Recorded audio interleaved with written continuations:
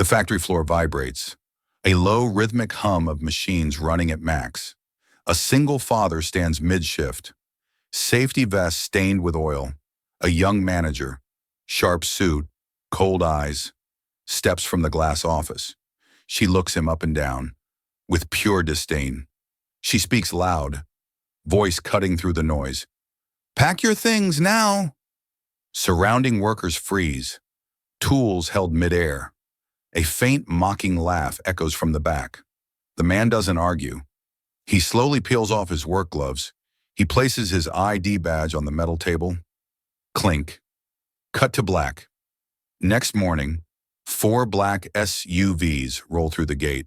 His name is Nathan Cole, 41 years old, a man whose face tells a story of hard miles, grease-stained hands, and sleepless nights spent whispering comfort to a grieving child. To the world, he is just a shadow in a blue jumpsuit, Technician 402, a replaceable gear in a massive industrial machine. But to 8-year-old Eli, he is the entire universe.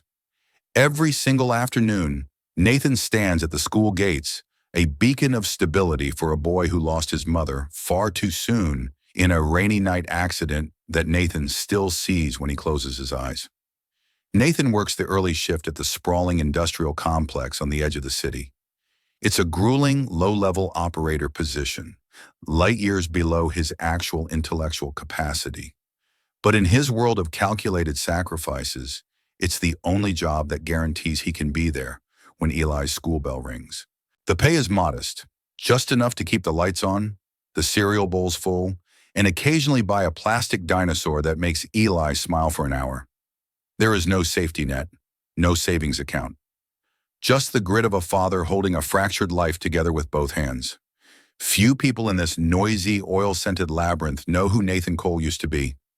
5 years ago, he was the lead infrastructure engineer for a multinational firm. He was the man who designed the complex cooling systems for nuclear plants and the structural skeletons of skyscrapers. He was a master of steel and logic. But when the hospital call came and the light went out of his life, the high-rise office felt like a suffocating cage. He realized that a 6-figure salary couldn't buy back the time he'd lost working late nights. He walked away from the prestige, the suits, and the executive meetings.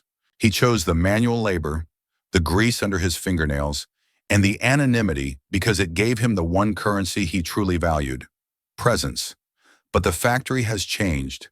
The old owner, a man who valued experience and mechanical intuition, sold out to a private equity firm. The new management team arrived like a cold front. Led by Sarah, a 26-year-old MBA with a shark-like intensity, they are obsessed with KPIs, optimized throughput, and lean production. They view the massive, aging machines as abstract data points and the workers as mere overhead costs. They don't care that Line 4 has been running for 20 years. They only care that it's not running at 120% capacity. Nathan is the only one who truly listens to the machines. While others look at digital dials, Nathan feels the floor through his work boots. He knows the subtle difference between the healthy thrum of a balanced rotor and the dying rattle of a bearing about to seize. For weeks, he has been flagging a rhythmic vibration in the primary assembly line. He has submitted formal reports. He has left sticky notes on the control consoles. He has warned them, with a precision only an engineer could possess, that the high-pressure seals are reaching a fatigue limit. To Sarah and her team, Nathan is just an old-timer, a relic who uses gut feeling to slow down the speed of profit. On this particular Tuesday, the air in the factory feels thick with impending disaster. The floor begins to shudder, not the usual mechanical purr, but a violent metallic thumping that makes the heavy steel wrenches on the workbenches dance. The coffee in the plastic cups in the break room ripples in perfect, terrifying circles. Nathan doesn't need to look at the screen to know what's happening, but he checks the thermal sensors anyway. The numbers are climbing like a fever. Friction is turning the lubricant into sludge. If the line isn't stopped, the pressure will build until the main drive shaft shatters like a grenade. He finds his direct supervisor, a man named Mike, who is terrified of Sarah's temper. "We need to shut down line 4, Nathan says, his voice calm but urgent. The internal temperature is 40 degrees above the safety threshold. We need to kill the power for at least 2 hours to vent the pressure and let the bearings cool. Mike looks at his tablet, his face pale. Shut down? Sarah just issued a memo. We're behind schedule by 5% this quarter. If we stop now, the numbers will go red on the regional report. Keep it running, Cole. That's a direct order from the top. Nathan looks past him at the pressure gauge on the wall. It's glowing deep, angry red. The company's own safety manual, which Nathan once helped consult on years ago for the industry board, clearly states that at this threshold, the operator has the ultimate authority to perform an emergency stop. He knows the risk to his job. He knows he's one paycheck away from the street. But he also knows that if this machine breaches, the 3 men working the packing station 10 feet away will be in the line of fire. I won't let it blow, Nathan says. He walks to the main console. He pulls the emergency stop lever. The massive turbines let out a mechanical scream, a long, agonizing groan of metal-resisting movement, before finally slowing to a heavy, weighted halt. The sudden silence that follows is more deafening than the noise. Every worker on the floor stops. They know what this means. They know who just dared to defy the efficiency queen. Sarah's office door bangs open. She doesn't look at the gauges. She doesn't check the heat sensors. She only sees the 0 pulsing on the production monitor in her glass cage. The confrontation is no longer about a machine. It's about power. Sarah doesn't pull Nathan into the privacy of an office to discuss his insubordination. She wants theater. She wants to ensure that no other worker ever dares to touch that red button without her permission. She marches onto the factory floor, her heels clicking like gunshots on the concrete. Nathan Cole, step away from that console right now. Her voice is a sharp blade, amplified by the high ceilings of the warehouse. Nathan doesn't flinch. He slowly wipes his hands on a dark rag, his eyes meeting hers. He isn't angry, he is tired. The heat levels were critical, Sarah. The thermal sensors were spiking past 250 degrees. If I hadn't tripped the breaker, the main drive shaft would have turned into shrapnel. We're talking about millions in damage and, more importantly, the lives of everyone on this floor. She scoffs, her lip curling into a sneer as she crosses her arms over her expensive blazer. I looked at the digital dashboard from the comfort of my desk, Nathan. The software showed the system as optimized. The sensors were in the green zone. You're just an old man looking for an excuse to sit down and have a smoke.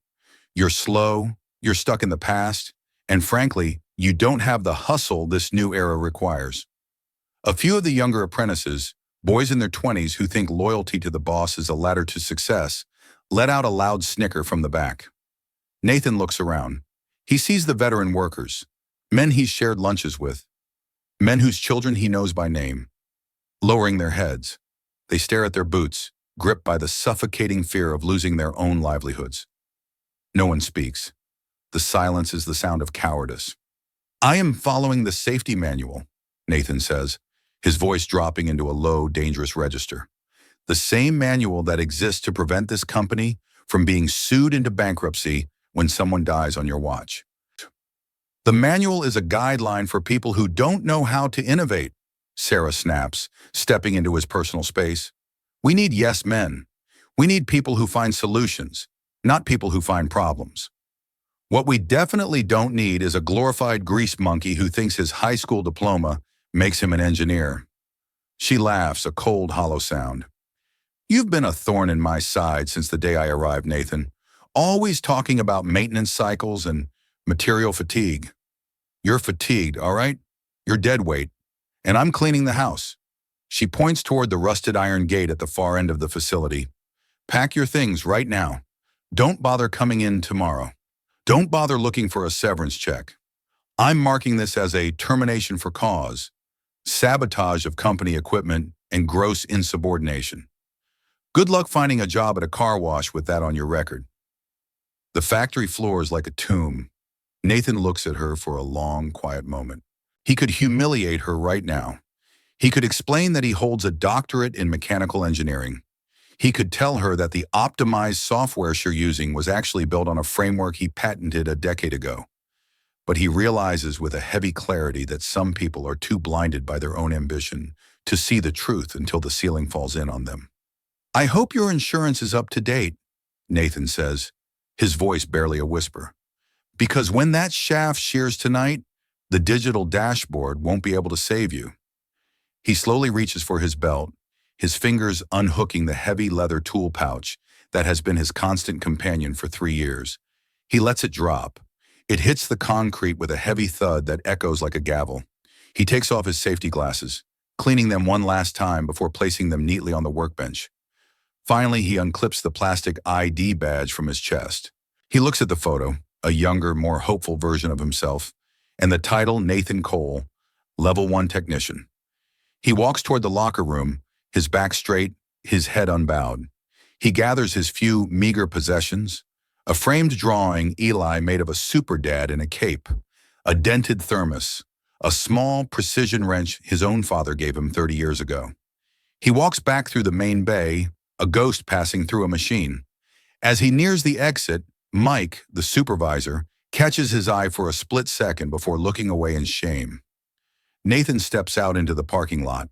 The sun is blindingly bright, reflecting off the rows of cars. He climbs into his battered 20-year-old truck. The engine turns over with a struggle, a metaphor for his current life. He sits there for a minute, gripping the steering wheel until his knuckles turn white. He isn't worried about the insult. He's worried about the cereal. He's worried about Eli's school shoes. He puts the truck in gear and leaves. He has to get to the school. Eli's waiting, and for Eli, Nathan has to be a hero, even if he just lost everything.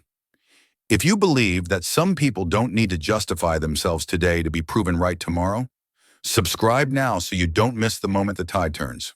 The evening in the Cole apartment is draped in an uncomfortable stillness. Nathan is standing at the stove, stirring a pot of basic pasta. He tries to keep his movements fluid, his expression neutral, but he knows he's failing. Children have a sixth sense for the weight of their parents' hearts. Eli sits at the small wooden table, swinging his legs, watching his father's back with wide, perceptive eyes. "Bo, are you not going to work tomorrow?"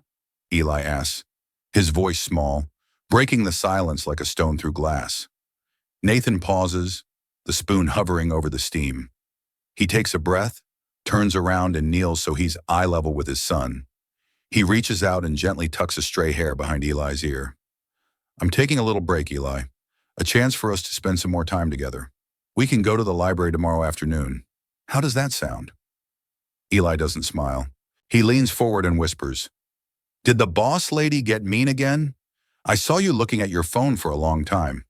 "She just didn't understand how things work, buddy," Nathan says, his voice thick with a forced cheerfulness. "Go on, eat your dinner. We have a big day of reading ahead of us."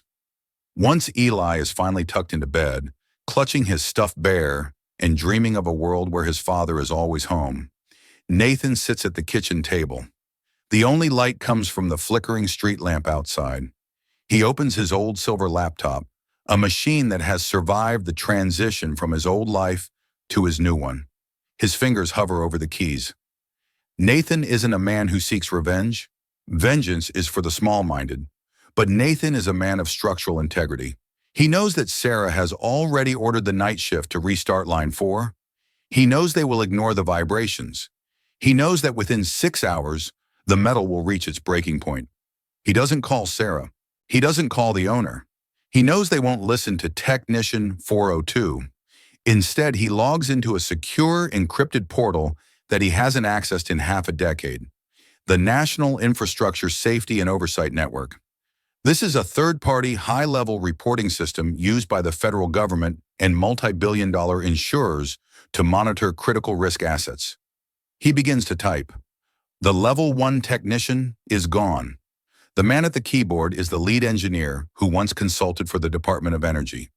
He uploads the raw data he surreptitiously pulled from the sensors before he was escorted out. He attaches his months of ignored internal memos. He writes a comprehensive 5-page technical failure analysis, predicting the exact point of fracture in the main drive shaft. He marks the report as Category Red, imminent threat to life and infrastructure. The system is designed to be blind to corporate hierarchy. When a report is filed by a professional with Nathan's specific high-level credentials that, despite his job at the factory, are still valid and highly ranked in the national database, it triggers an automated, non-negotiable protocol. 300 miles away, in a sleek glass skyscraper that serves as the corporate headquarters for the parent company, a server begins to chime. A security analyst at a 24-hour monitoring station sees the alert blink on his screen. "Boss, you need to see this," the analyst says, his voice urgent. "A category red report just came in for the Sector 7 factory." A senior director, a man named Henderson, who has been with the company for 30 years, leans over his shoulder. He reads the name on the report. Nathan Cole? As in the Nathan Cole? The guy who stabilized the Atlantic grid after the 2018 surge? The credentials match, sir, but the report says he's currently employed there as a Level 1 maintenance tech? Henderson's eyes narrow. That's impossible. If Nathan Cole says that factory's going to blow, it's going to blow. And if he's working as a tech there, it means management has no idea who they're dealing with. Get the enforcer team ready. I want the site audited before sunrise. If a single hair on a worker's head is harmed, I want the local management in handcuffs. The director doesn't hesitate. He signs the emergency intervention order. This isn't a routine inspection. This is a corporate special ops mission. Under the cover of the 4 a.m. darkness, 4 jet black armored SUVs pull out of the corporate garage. They are filled with senior auditors, structural engineers, and legal counsel. They move with a terrifying, silent precision, gliding through the empty highways like sharks in dark water. They aren't coming to discuss KPIs. They are coming to take back the keys to the kingdom. The sun begins to peek over the industrial park, casting long, orange shadows across the gravel. Inside the factory, Sarah is in high spirits. She has stayed through the night, fueled by caffeine and the thrill of her victory. Line 4 is screaming, pushed to 115% capacity to make up for the lost time. The vibrations are so bad now that light bulbs are shattering in the ceiling, but Sarah just laughs it off. "See?" she tells her nervous assistant. "Cole was just a dinosaur trying to protect his ego. Look at those production numbers. They're beautiful." Suddenly, the sound of heavy tires grinding on gravel cuts through the mechanical roar. 4 identical black SUVs roll through the main gate. They don't slow down for the security shack. They drive straight onto the loading bay floor, their headlights cutting through the factory haze like searchlights. The workers stop. The sound of the machines feels suddenly naked and wrong. 5 men and women in tailored dark suits step out of the vehicles. They don't look like government clerks. They look like a SWAT team for the elite. The lead inspector, Henderson himself, carries a silver briefcase that looks like it belongs in a spy movie. He walks directly to the main power hub. "Who are you?" Sarah demands, charging down from her glass office, her voice shrill with a sudden, sharp fear. "You can't bring vehicles onto a live production floor.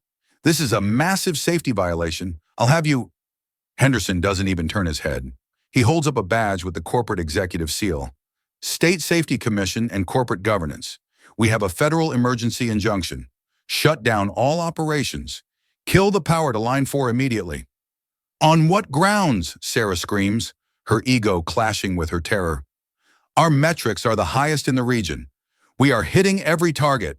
We have received a verified high-level whistleblower report regarding criminal negligence and falsification of safety logs," Henderson says, finally looking at her. His eyes are like ice. "We've already remote accessed your server. We know you bypassed the emergency thermal sensors at 2:14 a.m. We know the drive shaft is currently at 98% of its breaking point." Sarah's face undergoes a horrific transformation. The arrogance drains out of her, leaving her skin a sickly, translucent white. Her hands begin to shake so violently she has to hide them behind her back. The inspector turns to the crowd of gathered workers, who are watching in stunned silence. "Where is the senior technical consultant, Nathan Cole?" The workers look at each other, confused.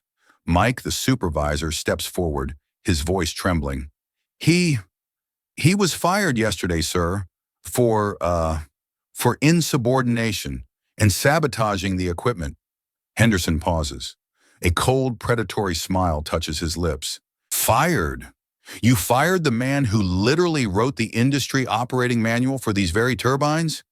You fired the man who saved the Atlantic grid? He looks at his watch, then at Sarah. That was your first mistake.